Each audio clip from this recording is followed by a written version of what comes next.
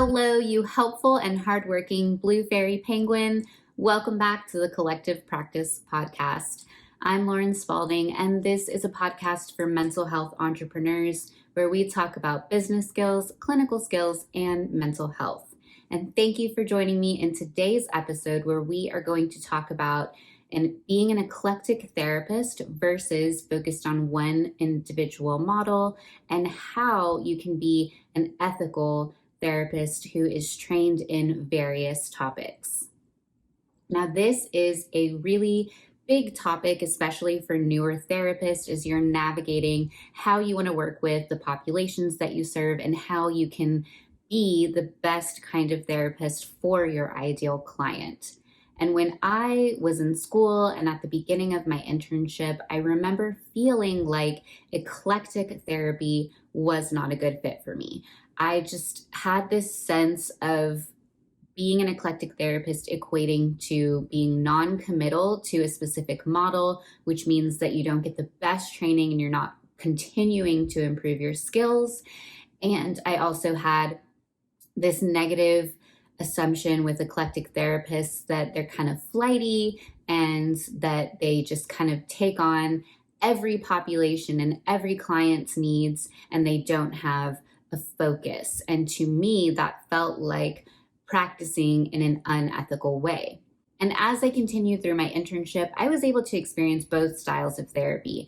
I was able to learn from therapists who are focused solely on one model and they use that one model for all of their clients, and eclectic therapists who are trained in multiple models and use the different models to create unique treatment plans for each client. And that really helped me to unpack the pros and cons of each approach.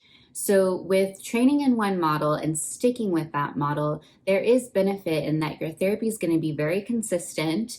You are going to have a confidence in your approach with each client because you're doing basically the same thing with each client.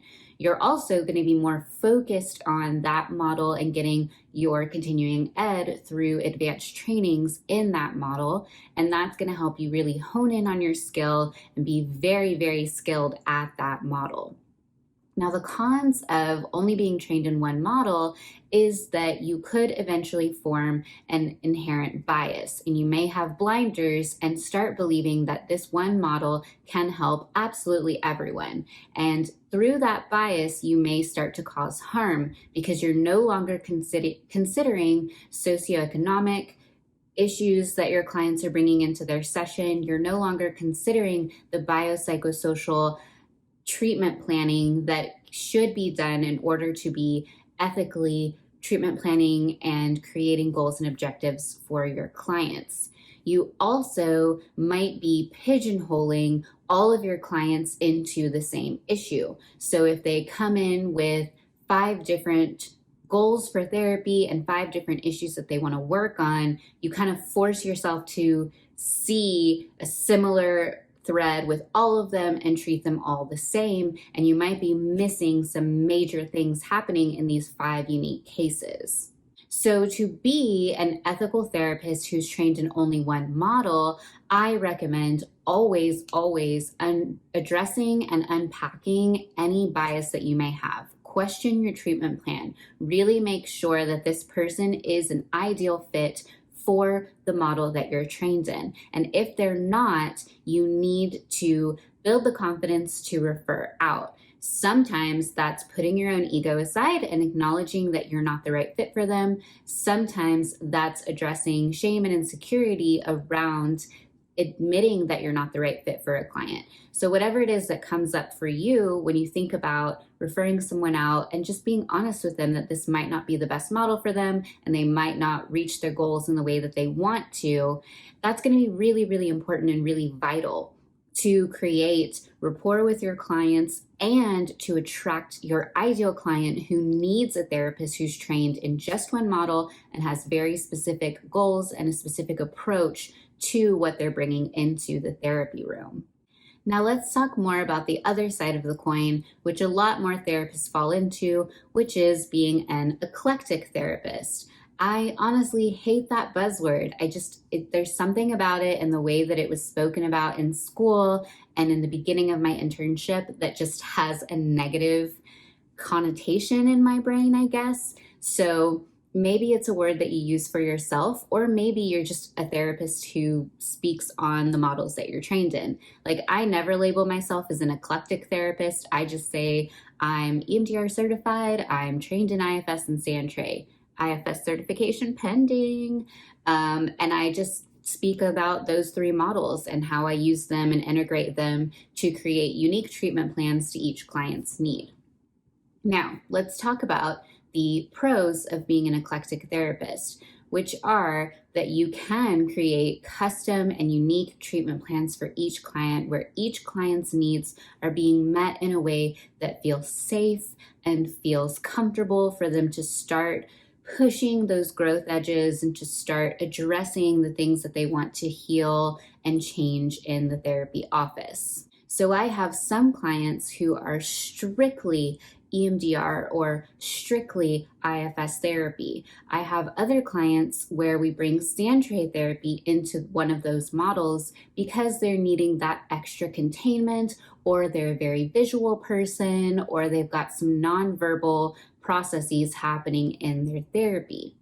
And I have clients where IFS and EMDR are combined, where they really like the parts work and the parts language, and they're also seeking out some of the benefits of EMDR therapy, and so they're looking for a combination of the two.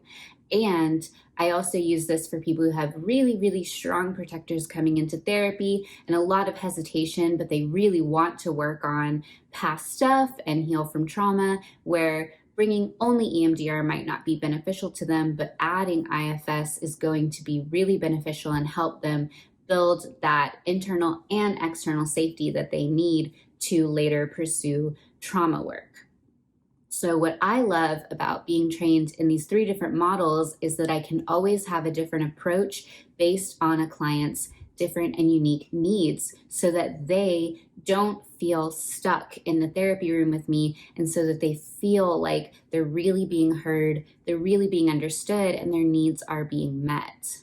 Now, another benefit to being an eclectically trained therapist is that you can serve different populations, and you're being mindful that the needs of different populations are not going to always fit into the same model. So, for example, if you work with individuals and couples, or if you work with children and families, these dynamics coming into the therapy room have different needs and often need a different approach to the treatment plan.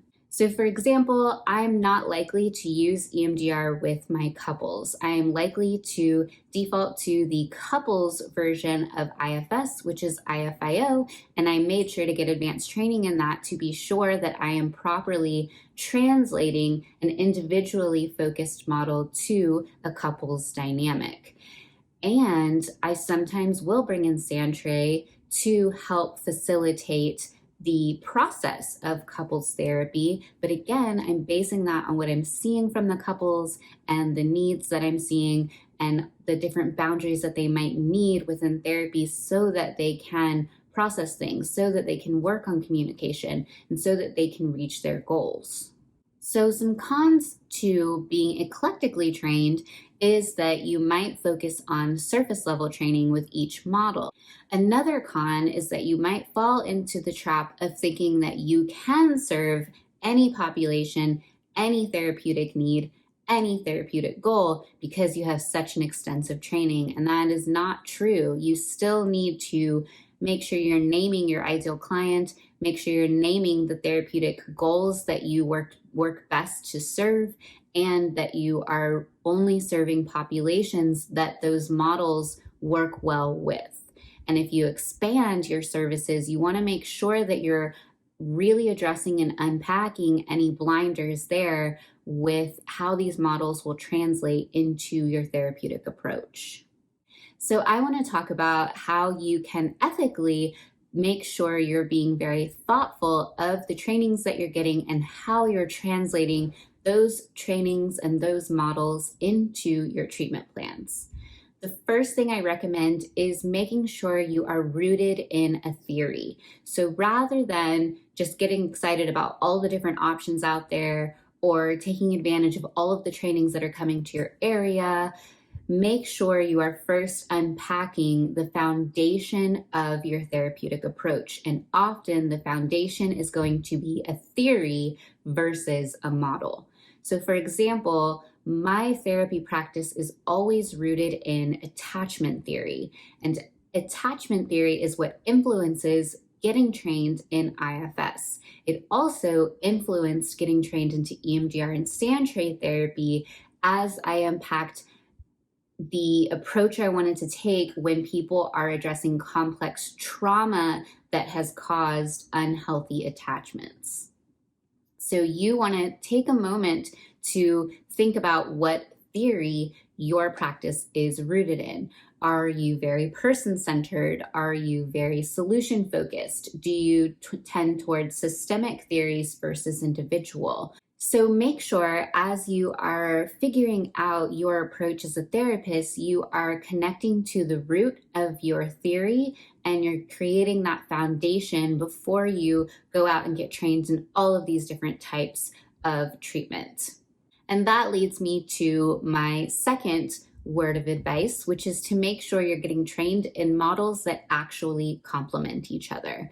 Now, there are models where the founders of the model or people who teach on the model collaborate with other founders or other teachers in different models, and they actually take the time to unpack how those models work together and how they can complement each other.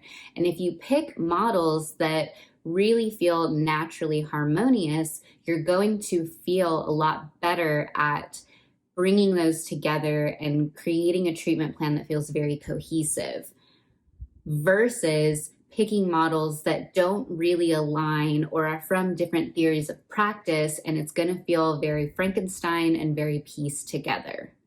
And the last thing that I recommend if you are getting trained in different therapeutic models is to make sure you are investing in advanced trainings in each. So of course, if you can find a training where the two models you're interested in have advanced trainings where they show how to blend them and how to practice these models in a way that's ethically sound, that's ideal. But for every model, that's not always an option. So when you're studying one therapeutic approach and then you're also interested in another, make sure that you're going deeper than just the intro training to those different approaches. So that might look like doing advanced sand tray training and advanced IFS training, and then figuring out how you want to meld that together. Or it might look like finding an advanced training that's like IFS with EMDR, and that trainer has taken the time to show you how that can look. Either way, you're making sure that you're really fine-tuning your craft and that you're being mindful of modern practices of that theory. You're being mindful of recent research and how that impacts the practice of that approach. And you are not going to fall into that trap of being too eclectic and having trainings in so many different models, but no real basis or no real practice around implementing those skills. So I'm curious, are you someone who falls more into the eclectic therapeutic approach with different backgrounds in your training? Or are you someone who focuses on only one therapeutic model and you really use only that to help out your clients? Share how that has benefited your practices and share any bias or any shortcomings that you've been able to notice as we spent some time together today, and how you're going to address those to make sure you continue to grow and show up as the best therapist for your clients. Now, before we wrap today, I have a few updates to share, so please, please, please make sure you listen. The first thing is we are in the final month of the first season of Collective Practice. And I made the choice when I started this podcast to do seasons rather than have it be this ongoing thing where I'm never quite sure when it's going to end. I want to make sure that I'm creating quality content for you. And part of creating quality content means taking some time to really think through the topics, to plan out what I'm going to record before I even hit the record button on my camera. And I feel like that is going to be best practiced by taking time off between seasons to really think through what I want to help you with and how I want to support you in the upcoming year. So, season 1 for this podcast is going to be ending at the end of May, and I'll be taking a break through the summer, and I'll be coming back in August. And I'm really excited about the things that I plan to focus on and prepare for you for the fall. So be sure you're subscribed and that you're sharing this podcast so that you don't miss out on when the season 2 premiere is. It's going to be really great. The second thing that I want to share is that I will be releasing the private practice starter pack this summer. I'm really, really excited to be able to share this course with you. It's going to be crazy affordable because I want you to succeed and I want it to feel helpful, seamless, and easy to do as you transition from your current job into your private practice. So if you want to know what to look for in the starter pack or what to expect, be sure to listen to my last video. Be sure to watch my last video or listen to the last episode on my podcast, however you are consuming this media. And I go through all of the different courses that are going to be included in this starter pack. I'm so excited as I get that ready for you. And if you want to make sure you don't miss any of the information on that, be sure to join my email list.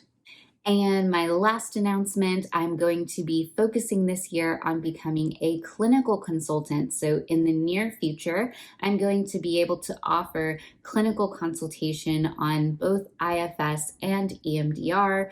I hope to also do that for Santray in the future, but for now, I'm focusing on the main 2 models that I use.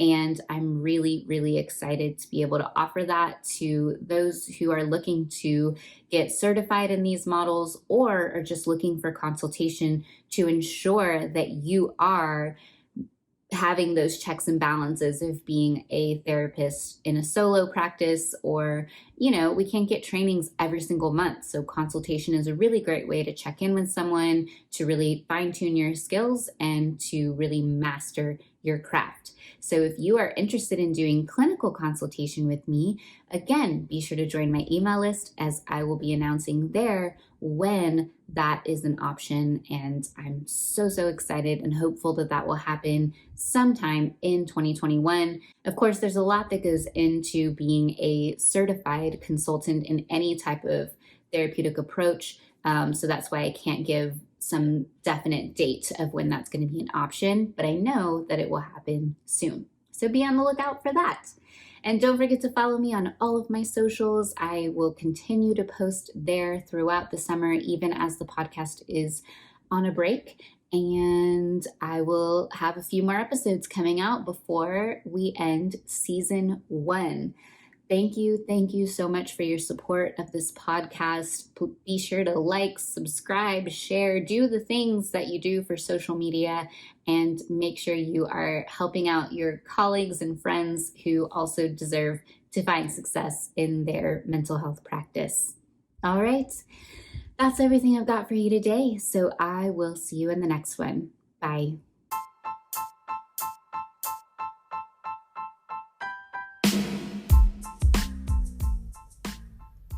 As we wind down from this episode, take a moment to reflect on your key takeaways. How can you care for your business and yourself this week? Don't forget, you are awesome and worthy of a hugely successful career. I hope to help you and support you along the way.